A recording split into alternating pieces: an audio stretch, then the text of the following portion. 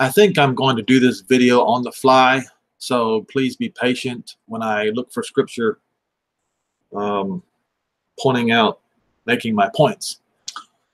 My last video, it's been a while since I've done any videos, but my last video was concerning, the title was "You Have Been Hellenized," and what what I have pointed out is what Paul pointed out, what the scriptures point out, how Western civilization, Greece was the cradle of Western civilization, and how Paul pointed out that the enmity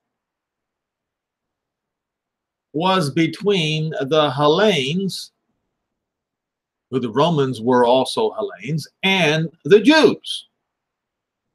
And I will go ahead and go to Romans 11 first to make this point, and then I'm going to go straight to the beginning.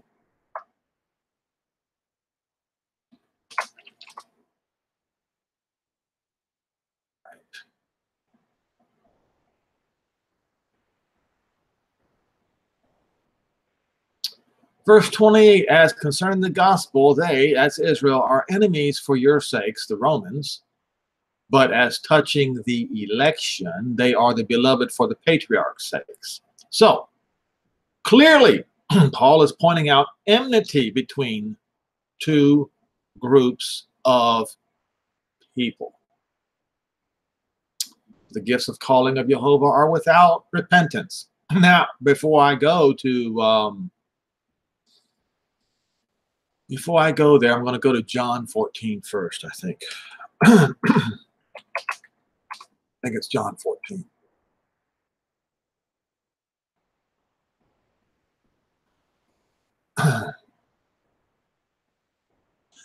Verse 30. Hereafter, this is Yehoshua speaking, hereafter I will not talk much with you. He's saying this to the disciples, because the prince of this world is coming and has nothing in me. Now, in this whole section right here, you notice that he says, I'm leaving, but I'm coming back. All right? While he's gone is when the prince of this world comes, is what he is saying. And he will not, and then the disciples, nor any of the followers of Yehoshua will see much of him at all. And of course, the only thing that was seen of Yehoshua Messiah after these words were when Paul saw Yehoshua Messiah on the road to Damascus, and when John, Yohanan, got the visions. That was it. So, shortly thereafter, the devil was cast down, as it is written in, I believe it's Revelation 12. It was cast into the earth because there was a war in heaven. And I know this does not fit the narrative that the Christians have, but folks, stop protecting false narratives. Those false narratives are going to lead you to destruction. Now, you might say, Henry, you have changed your views over the years. Yes, I have, because when I see that a narrative is false, I will reject it. I don't care how popular the narrative is, I'm going to reject it. Whether it is the narrative that somehow Santa Claus can come down a 12-inch by 12-inch flue liner and bring children gifts in the middle of the night, or the greatest lie of them all, that somehow Christianity replaces Israel.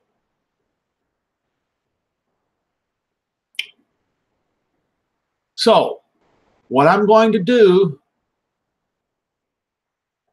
is, once again, enmity. Let me show you something, folks.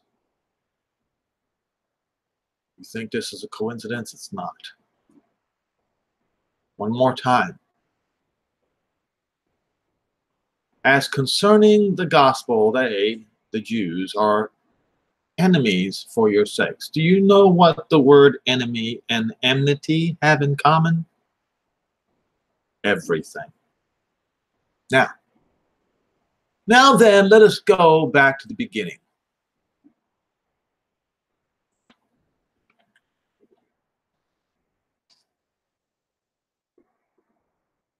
Okay, let's see.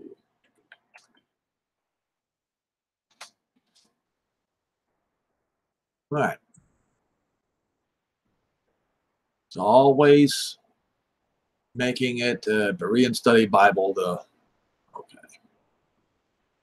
go-to. I can't figure it out, but all right.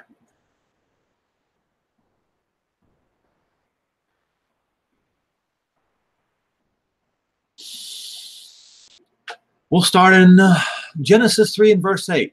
And they heard the voice of Jehovah walking. This is after they had partaken of the forbidden fruit. Walking in the garden in the cool of the day, and Adam and his wife hid themselves from the presence of Jehovah Elohim among the trees of the garden. And Jehovah Elohim called unto Adam and said unto him, Where are you? And he said, I heard your voice in the garden. I was afraid because I was naked and I hid myself. And he said, Who told you you were naked? Have you eaten of the tree? Hold on. Wait a minute. I'm forgetting to do something here.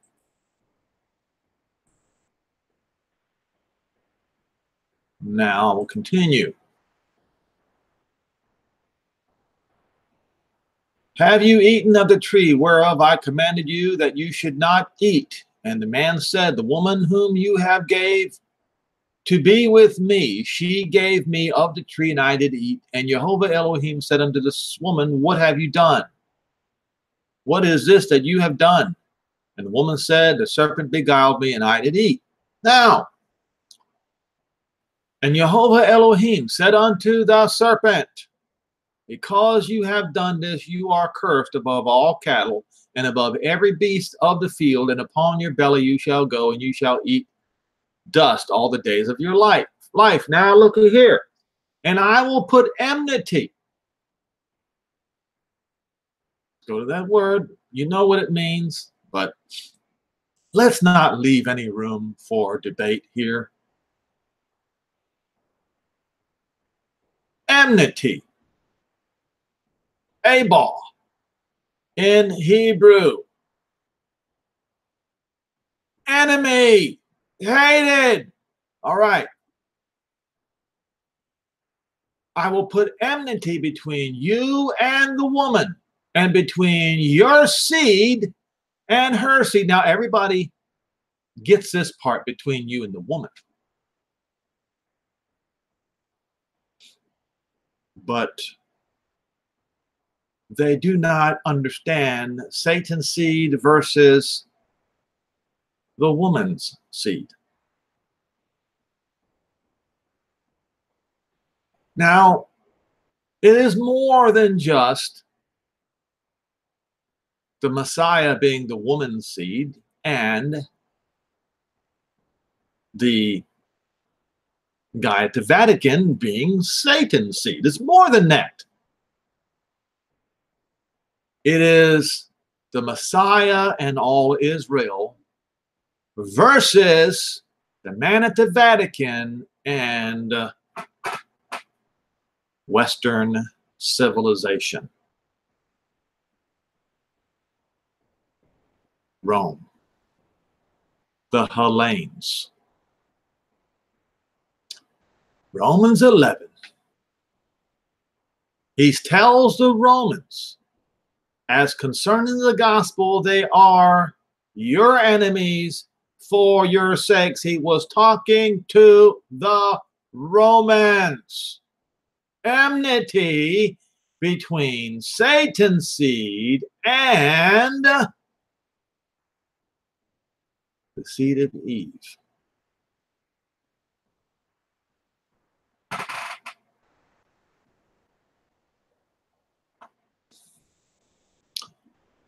Wait a minute, don't argue with me.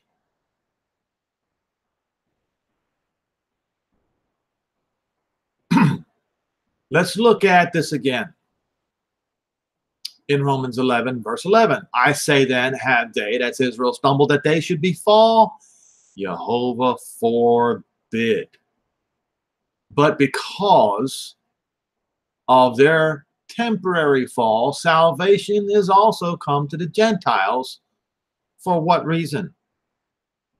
To provoke them to jealousy. Now, the fall of them be the temporary riches of the world, and the diminishing of them temporarily being the riches of the Gentiles. Wait a minute, hold it. That word Gentiles. Look. Let me show you something. One more proof that the Romans are Hellenes. Riches of the, this is ethnos. Okay. That is all of the other races apart from Israel. Okay. For I speak to you Gentiles, inasmuch as I am the apostle of Gentiles, I magnify my office, if by any means I may provoke to emulation those which are of my flesh, Israel, and might save some of them. Now, people misinterpret this. You see, that particular generation was cut off, just like in the generation of Moses was not allowed to enter into the promised land until every one of them died. So that generation was also cut off, but the generations afterward were not. So he says, some of the branches are broken off, and you being a wild olive tree were grafted in among them, not in place of them. You see, this is where Christianity, Roman Christianity, gets off the track.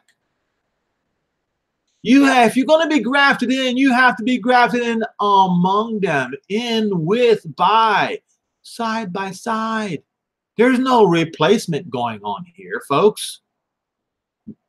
Not like the way your preacher tells you, your lying serpentine preacher tells you. And with them, alongside them, jointly, folks, jointly. You see this word? Jointly, co-partner, co-heir. Now, your preacher doesn't teach you this.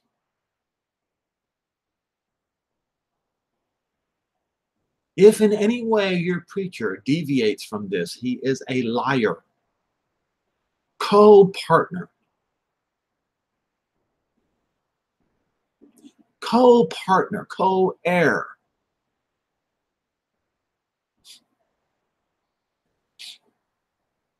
And with them, partake, together with them.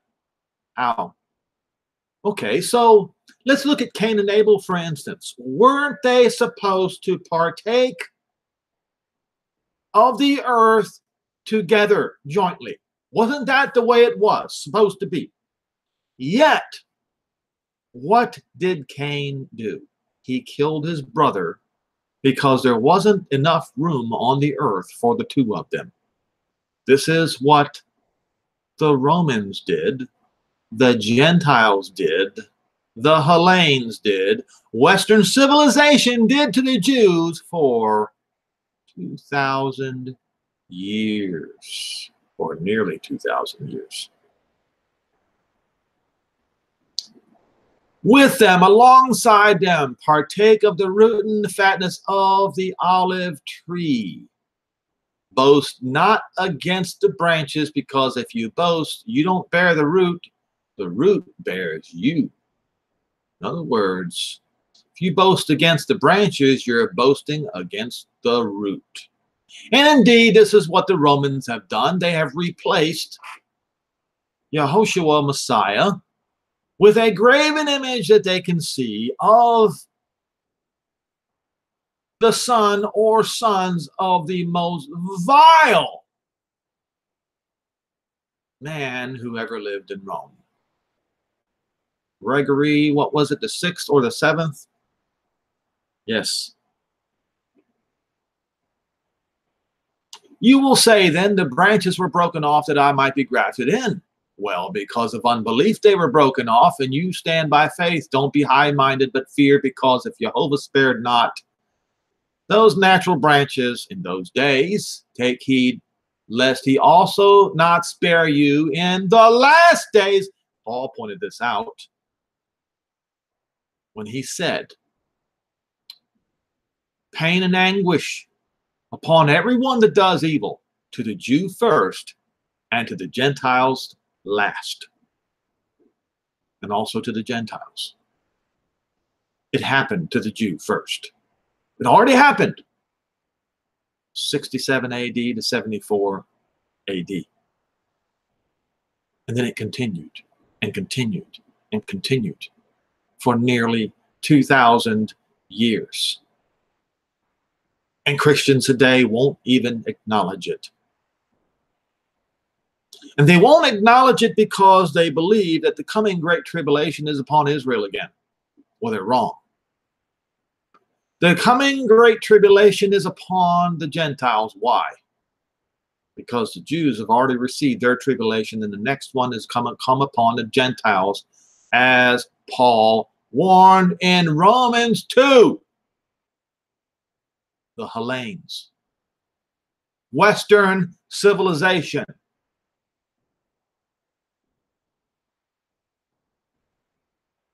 Look at the goodness and the severity of Jehovah. On them which fell severity, but toward you goodness. Only if you continue in this goodness. But what did Western civilization do? They did not continue in his goodness. So according to Paul, the goodness is now going to be forfeited. The goodness upon the Gentiles will now be forfeited. Why? Because they didn't continue in his goodness. The Crusades proved that. It bore that out. Murdering, pillaging, raping, burning Jews alive in their synagogues. Blood libeling them, generation after generation after generation.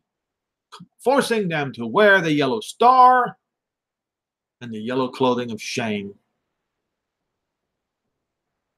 Says, otherwise you will be cut off. So Paul warned the Romans.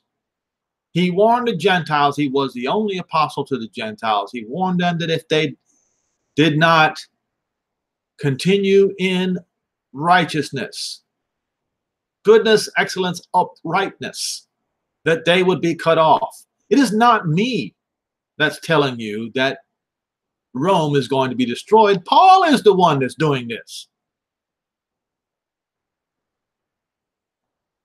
And they, Israel also, if, well, wait a minute, that word if, before, look here, that word if. Well, it does mean if, but it also means, so let's be careful when we use the word if, because in Ezekiel 39, it says that when they are saved from the Gentile, the serpent, the seed of the serpent, then they will believe. So it's not a matter of if. So, how do I, where did I, and they also, if they still not abide in unbelief, or when they no longer abide in unbelief, is how it should be read. Because you could also say,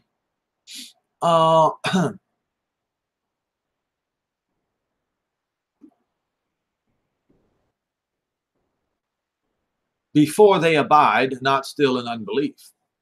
Now, of course, that doesn't sound right. But if you read Ezekiel 39, if doesn't sound right either. They will no longer abide in unbelief. They will believe from that day and forward. Just Just do your search on your Bible Hub and just type in from that day and forward, and you'll come to Ezekiel 39, and you will see that's when they will no longer abide in unbelief. They shall be grafted back in again, because he is able to graft them in again. And if you were cut out of a wild olive tree, which is wild by nature, you were grafted contrary to nature into a good olive tree, how much more shall these, the natural branches, the 12 tribes of Israel, be grafted into their own olive tree? Well, they have a much better chance.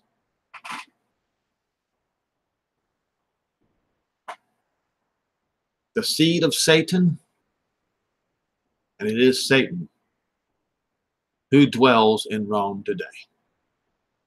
It is Satan who governs the entire Western civilization. And it is Western civilization, folks, that governs the entire world. You don't think I'm right?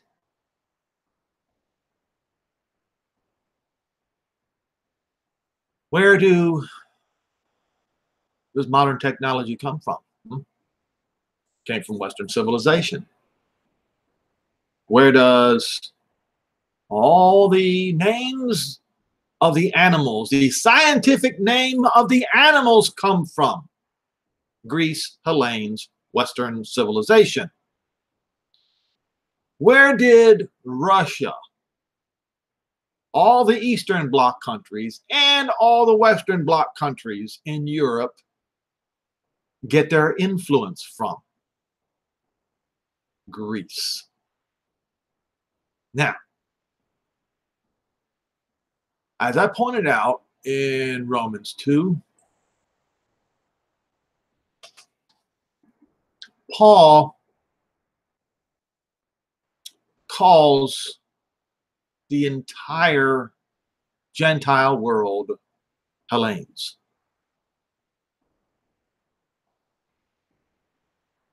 Right? Look, let me show you something. See if I can find it. Hellene. But unto them that are contentious and do not obey the truth, but obey unrighteousness, indignation, and wrath. What did the Roman Christian world do after the Council of Nicaea, huh? They obeyed contentiousness, unrighteousness, indignation, and wrath.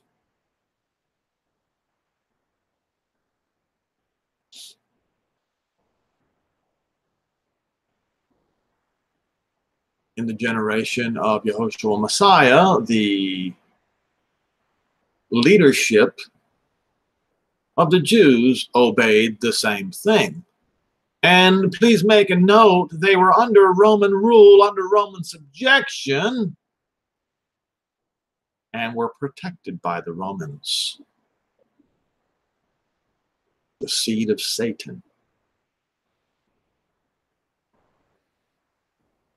So for nearly 2,000 years, the Hellene did evil.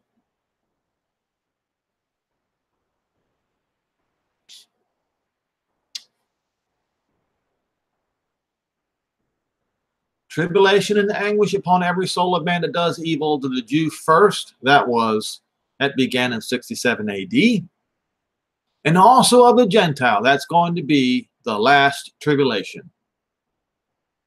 The greatest tribulation of them all. The one tribulation that is talked about in Daniel 12. Let's go there.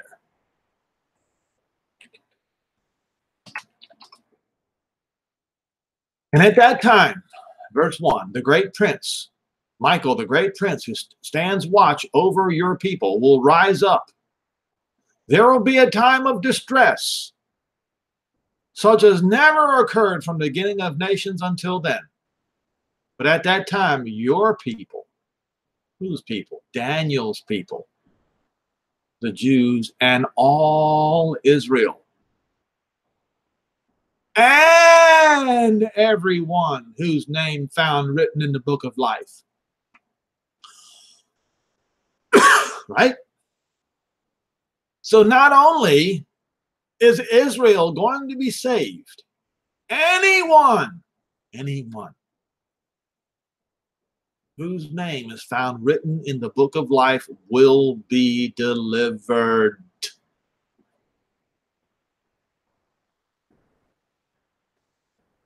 Satan's seed versus the seed of Eve, the woman. Now, as I pointed out in the last video,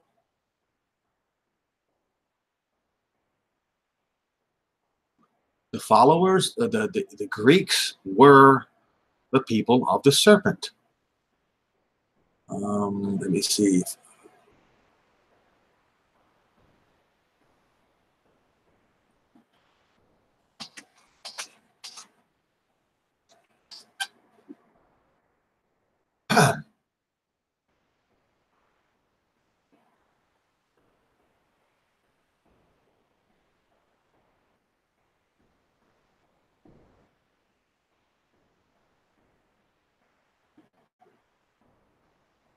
The serpent or snake is one of the oldest, most widespread mythological symbols. The word is derived from Latin serpens, a crawling animal or snake.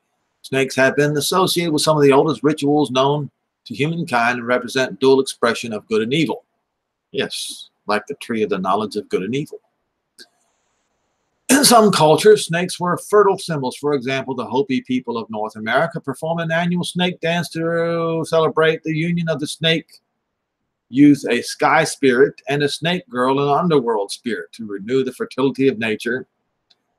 Yes, this is all right. During the dance, live snakes were handled, and at the end of the dance, the snakes were released into the fields to guarantee good crops. The snake dance is a prayer to the spirits of the clouds, the thunder and the lightning, that the rain may fall on growing crops. In other cultures, snakes symbolize the umbilical cord, joining all humans to Mother Earth, the great goddess. Often had snakes as her familiars, sometimes entwined around her sacred staff, as in the ancient Crete. They worshipped as guardians of her mysteries of birth and regeneration. All right.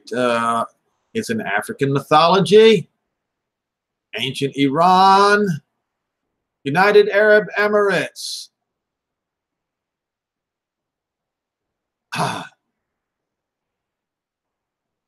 It's all over the place. Greek mythology. The Minoan snake goddess brandished the serpent in either hand, perhaps evoking her role of wisdom rather than her role as mistress of the animals, with a leopard under each arm. All right. Serpents figured prominently in archaic Greek myths. According to the sources, serpent ruled the world with Eurynome before the two of them were cast down by Cronus and Rhea. Their oracles of the ancient Greeks were said to have been continuation of the tradition begun with the worship of the Egyptian cobra. So, now, Jewish mythology, as they say. The Hebrew Bible, the serpent of the Garden of Eden, lured Eve with the promise of being like God, or like Jehovah, tempted her that despite Jehovah's warnings, death would not be the result, that Jehovah was withholding knowledge from her, although the serpent is identified by Satan in the book of Revelation. In Genesis, the serpent is portrayed merely as a deceptive creature, trickster, promoting as good what Jehovah had strictly forbidden, and particularly cunning in his deception. The staff of Moses transformed into a snake and back into a staff, providing an origin for the archaic copper serpent. By associating it with Moses, this copper snake, according to biblical texts, is wrapped around a pole used for healing. Book of Numbers. And Moses made a snake of copper and put it on a pole. It came to pass that if a snake had bitten any man, when he beheld a snake of brass, he lived. This particular incident, folks, was not that the snake healed the people. It was they had to look upon the one who caused their grief before they could be healed. Now, And in nowhere in, as they claim, Jewish mythology, did the Jews worship the serpent. It is the Gentiles. It is every single Gentile culture, including this one right here. Modern medicine. Every Gentile culture, bar none. There is no, it's a Nordic culture. It's Native American culture. Indochina.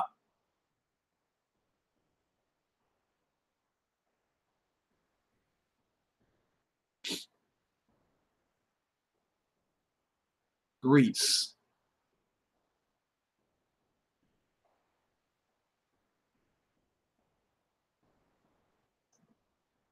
You see.